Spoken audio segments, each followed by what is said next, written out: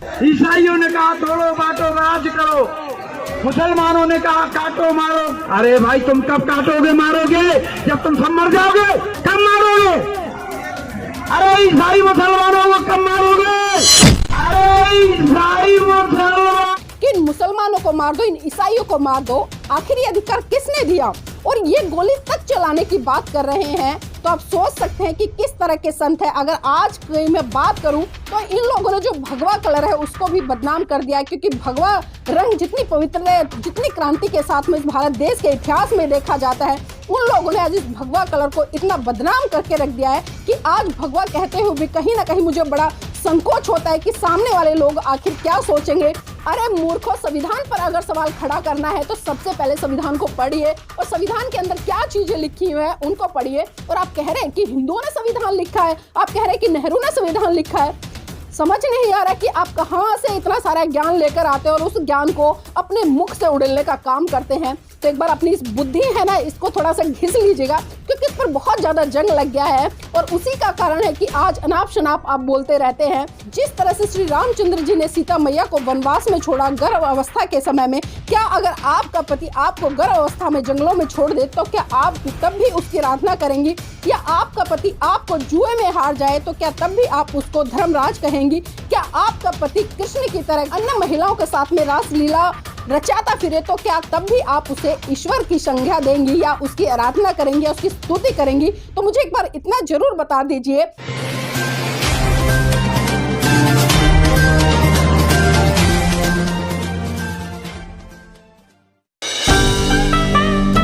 नमस्कार, आप देख रहे हैं एनबी न्यूज 24x7 नीलम बोध के साथ। और साथियों, जिस तरह से देश में आज धर्म संसद छिड़ी हुई है, जी हाँ, कौन सी धर्म संसद? आए दिन लगातार हम देख रहे हैं कि जंतर मंतर पर हिंदू संगठन के तमाम साधु संत, या मैं ये कहूँगी कि जो अपने आप को सनातनी कह रहे हैं या हिंदू कह रहे हैं, वो आए दिन कहीं ना कहीं प्रोटेस्ट कर रहे हैं। और एक सबसे बड़ी बात साथियों यहाँ पर यह निकल कर आ रही है कि आज इन लोगों ने संविधान की तो इतनी बुरी तरह से धज्जियां उड़ा रखी है कि मानो जैसे संविधान को एक कुछ समझते नहीं है। तमाम साधु संत ये कहते नजर आ रहे हैं कि हमें संविधान से कोई लेना देना नहीं है, हम संविधान को नहीं मानते, हम संविधान के अनुसार नहीं चलते। इतना ही नहीं, मैंने कई महिलाओं को ये कहते सुना कि महिलाएं ये कहते कि आखिर संविधान ने हमें दिया क्या है। तो मैं उन मूर्ख महिलाओं से पूछना चाहती हूँ कि आज आप जो ये उंगली उठा रहे हैं कि संविधान ने आखिर आपको क्या दिया है, तो कान खोलकर सुन लीजिएगा कि एक दिन का आप अपना जीवन पूरा का पूरा संविधान में दिए गए जितने भी हक अधिकार हैं आपके लिए, उनको छोड़कर अपने धर्म ग्रंथों के अनुसार जीकर दिखाइए, जिनका हवाला आप आज दे रही हैं या जिनके समर्थन में आज आप उतरी हुई हैं। अगर मैं आपके धर्म ग्रंथों की बात करूं तो मैं आपसे ही सवाल पूछना चाहूंगी कि आखिर आपके धर्म ग्रंथों ने आपको क्या दिया? आपके धर्म ग्रंथों ने आपको गुलामी दी है, आपके धर्म ग्रंथों ने आपको पुरुष के अधीन रहने पर मजबूर किया है, आपके धर्म ग्रंथों ने आपको घूंघट करके बंद कमरे में रहने का अधिकार दिया है, और भी तमाम चीजें आपके धर्म ग्रंथों ने दी है। और सबसे बड़ी बात कि आपको हमेशा पुरुषों के अधीन रहने के लिए विवश किया गया है। यह है आपके धर्म ग्रंथों की देन। और इतना ही नहीं, आपके धर्म ग्रंथ में तो जिस तरह से, चाहे मैं देवदासी प्रथाओं की बात करूं या जिस तरह से आप सबने देखा कि सती प्रथाएं थी, जब एक पति मर जाता था तो उसके साथ में जिंदा महिला को जला दिया जाता था। तो ये किसी और की देन नहीं है, बल्कि आपके धर्म ग्रंथों की ही देन है, जिनके आज समर्थन में उतरी हुई हैं। और खासकर कुछ महिलाएं तो ये कहती नजर आ रही थी कि रामचरित जो मानस है उसमें बहुत अच्छी चीजें हमारे लिए लिखी गई हैं, ऐतिहासिक चीजें हैं, और हम अपना जीवन आज रामचरित मानस या श्री राम प्रभु के ही अनुसार जी रहे हैं। तो मैं उन मूर्ख महिलाओं से पूछना चाहूंगी कि आपके धर्म ग्रंथों के अनुसार, या जिनको आज आप आदर्श मान रही हैं या जिनको आज आप अपना ईश्वर मान रही हैं, अगर वही आपके ईश्वर या वही आपके श्री राम, जिस तरह से श्री रामचंद्र जी ने सीता मैया को वनवास में छोड़ा गर्भ अवस्था के समय में, क्या अगर आपका पति आपको गर्भ अवस्था में जंगलों में छोड़ दे तो क्या आप तब भी उसकी आराधना करेंगी?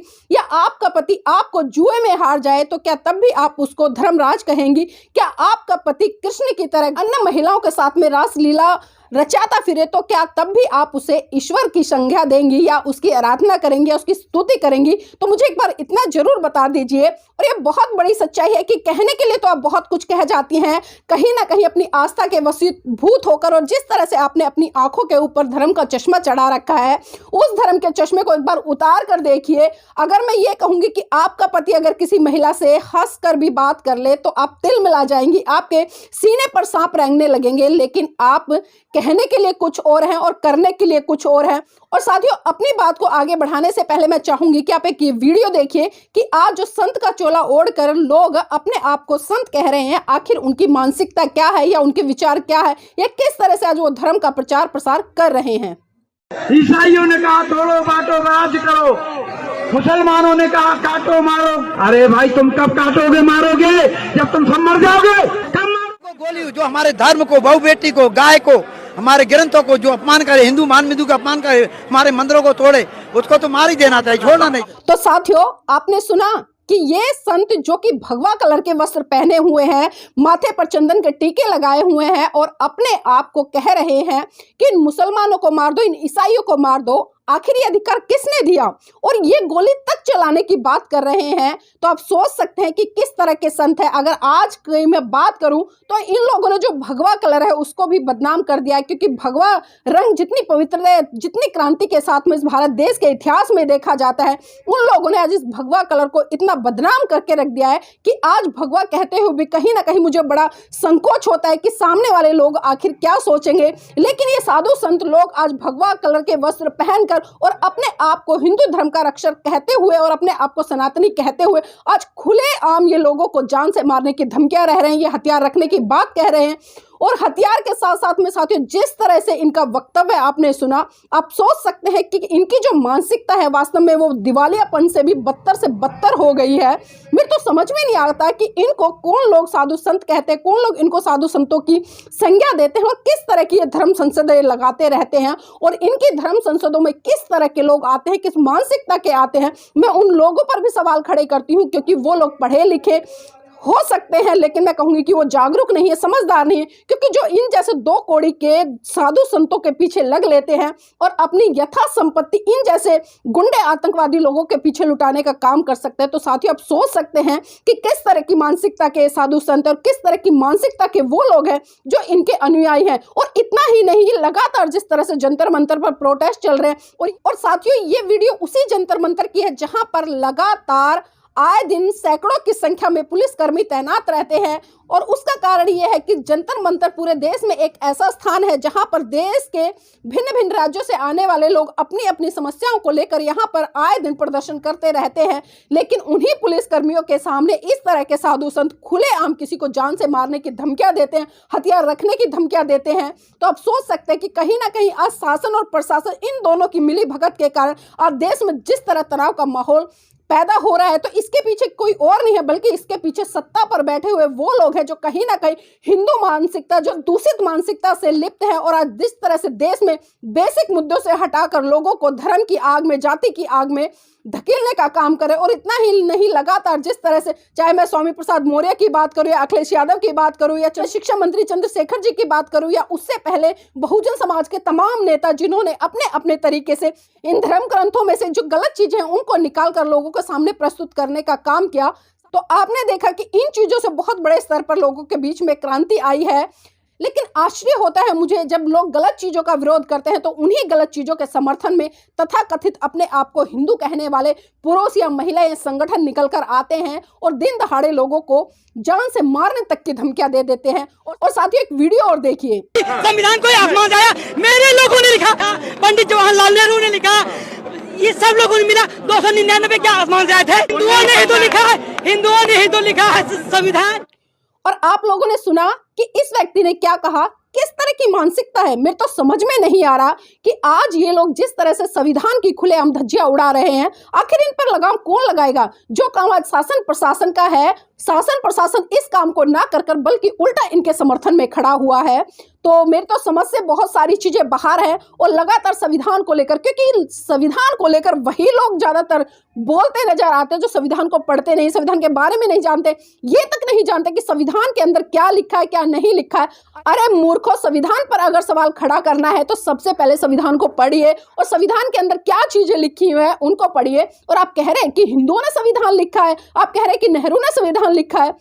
समझ नहीं आ रहा कि आप कहां से इतना सारा ज्ञान लेकर आते हैं और उस ज्ञान को अपने मुख से उड़ेलने का काम करते हैं। तो एक बार अपनी इस बुद्धि है ना, इसको थोड़ा सा घिस लीजिएगा, क्योंकि इस पर बहुत ज्यादा जंग लग गया है और उसी का कारण है कि आज अनाप शनाप आप बोलते रहते हैं। तो यहाँ पर मैं तमाम देश के उन जागरूक लोगों का भी धन्यवाद कहती हूँ कि जो लगातार समय पर इन जैसे गधों को मुंह तोड़ जवाब देते हैं और इनको सही आईना दिखाने का काम करते हैं। और आज जो इनकी बुद्धि पर कहीं ना कहीं धर्म, जाति, क्षेत्रवाद या भाषावाद या एक तरह से जो चश्मा चढ़ा हुआ है ना, उसको उतारने का काम आज बहुत अच्छे तरीके से लोग कर रहे हैं।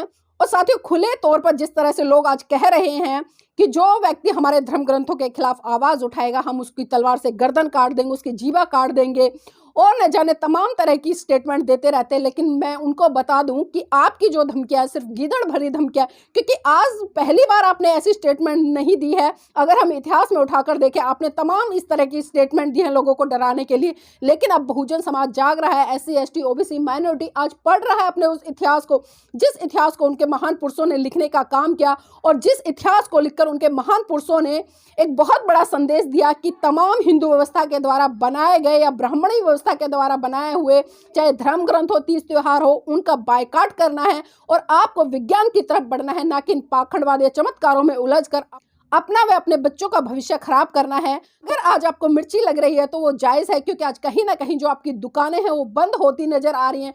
जो आपकी धर्म की कुर्सियां हैं आज वो भी कहीं ना कहीं आपके नीचे से खिसकती जा रही हैं। तो आपको बहुत बड़ा डर बना हुआ है, और उसी का नतीजा है कि आप कभी जंतर मंतर पर प्रोटेस्ट करते हैं, या कभी किसी साधु संत को तलवार लेकर बिठा देते हैं, या कभी किसी साधु संत के मुख से ये कहलाने का काम करते हैं कि दिन दहाड़े ये कहीं भी मिल जाए तो इनको गोलियां मार देना। और इतना ही नहीं, जिस तरह से मोहन भागवत जी ने स्टेटमेंट दी कि जो जातियां हैं वो भगवान ने नहीं बल्कि पंडितों ने बनाई हैं। तो मोहन भागवत जी, एक बार मैं कहना चाहूंगी, जिसको कि आप अपने हिंदू धर्म के एक तरह से संस्थापक कहूँ, संरक्षक कहूँ, शंकराचार्य जी, या आप लोग या जिस तरह से सत्ता पर काबिज जिस मानसिकता की सरकार है, तो एक बार देश के माननीय प्रधानमंत्री या राष्ट्रपति जी से एक लिखित रूप में एक आदेश पारित करा दीजिए कि आज से इस देश में सभी जातियां खत्म हो जाएंगी, सभी मनुष्य समान रहेंगे, कोई छोटा नहीं रहेगा, कोई बड़ा नहीं रहेगा, सबको उसकी योग्यता के आधार पर आका जाएगा। और बहुत सारे लोग ये कहते हैं कि कर्म के आधार पर जातियां बनाई गई थी। तो मैं उन सभी लोगों से कहना चाहूंगी कि चलो एक बार को मैं आपकी बात मान लेती हूँ कि आप कह रहे हैं कि कर्म के आधार पर जातियां बनी थी, तो आज कर्म के आधार पर जातियों को स्थापित करने का काम कीजिए। अगर आज एक ब्राह्मण झाड़ू लगाने का काम करता है तो आप उसको शूद्र बनाइए। अगर एक शूद्र शिक्षा देने का काम करता है तो आप उसको ब्राह्मण की संज्ञा दीजिए, उसको पंडित बनाइए। तो साथियों, तमाम ऐसी चीजें हैं और तमाम ऐसे मुद्दे हैं जो आज कहीं ना कहीं चर्चाओं में बने हुए हैं। और एक बार मैं फिर से कहना चाहूंगी कि जो लोग आज अपने धर्म ग्रंथों को लेकर लगातार प्रदर्शन कर रहे हैं कि हमारे धर्म ग्रंथ सही है, उसमें सही लिखा है, और मैं तमाम उन लोगों से कहना चाहूंगी कि जो आज ये कहते हैं कि हमारे धर्म ग्रंथ बहुत सही है और हमारे धर्म ग्रंथों की रचना ईश्वर ने की है, तो एक बार मैं उनसे भी कहना चाहूंगी कि एक बार आप खुद अपने धर्म ग्रंथों को पढ़िएगा, क्योंकि आपके धर्म ग्रंथ कहीं ना कहीं इस देश के बहुत बड़े तबके को गुलाम बनाने का काम करते हैं। जिस तरह से महाभारत कहती है कि जो शूद्र है, OBC समाज है, उसको राजा बनने का अधिकार नहीं है। गीता कहती है कि शूद्र को ब्राह्मण, क्षत्रिय, वैश्य की सेवा करनी चाहिए। और जो रामायण है, रामायण कहती है कि जो शूद्र है उसको ज्ञान प्राप्त करने का अधिकार नहीं है, अगर वो ज्ञान प्राप्त करता है तो उसको मृत्यु दंड दे देना चाहिए। और आप ही के वेद कहते हैं कि जो शूद्र है वो ब्रह्मा के पैरों से पैदा हुआ है, इसलिए उसको सबकी सेवा करनी चाहिए। और मनुस्मृति के हिसाब से तो आप पूछिए मत कि मनुस्मृति में आखिर क्या क्या लिखा है। मनुस्मृति तो साफ साफ कहती है कि शूद्र के द्वारा कमाया हुआ धन ब्राह्मण को छीन लेना चाहिए, और जो महिलाएं हैं उनको शादी से पहले अपने पिता के अधीन, जवानी में अपने पति के अधीन और बुढ़ापे में अपने पुत्र के अधीन रहना चाहिए, और उसको प्राथमिक शिक्षा तक लेने का अधिकार नहीं है। तो इन्हीं से आप समझ सकते हैं कि आपके धर्म ग्रंथों का आखिर आज क्यों विरोध हो रहा है। और ये विडंबना है कि आज इस देश का बहुत बड़ा तबका वो भी कहीं ना कहीं इन धर्म ग्रंथों के माया जाल में फंसा हुआ है। आज भी वो इन्हें अपनी छाती से ऐसे चिपका कर बैठा है जैसे कि वो मानो इनका प्यारा बच्चा हो। तो मैं इस समाज से भी कहना चाहूंगी साथियों, एक बार आप भी इन धर्म ग्रंथों को पढ़िए, और किसी भी बात को इसलिए मत मान लीजिए कि बहुत सारे लोग कह रहे हैं, साधु संत कह रहे हैं, या वो किताबों में लिखे, बल्कि आप उस बात को इसलिए माने क्योंकि आपने उसको पढ़ा है, आपने उसको अनुभव किया है, या आपने उसका तुलनात्मक अध्ययन किया है, और जो आपकी ये बुद्धि है उसकी कसौटी पर आपने उसको खरा उतार लिया है, और आपने ये जान लिया है कि जो बात इसमें लिखी है या जो बात लोग कह रहे हैं वो मेरे लिए, समाज के लिए या इस देश के लिए कितनी हितकारी है, तभी आप उसको बात को मानना, अन्यथा उस बात को बिल्कुल छोड़ देना। और साथियों, इन्हीं शब्दों के साथ आपसे विदा लूंगी, लेकिन उससे पहले उम्मीद करूंगी कि आप इस वीडियो को शेयर करेंगे, लाइक करेंगे, और कमेंट के माध्यम से मुझे अपनी प्रतिक्रिया जरूर देंगे कि इस तरह की जो सोच आज देश में पनप रही है उसको लेकर आप क्या सोचते हैं।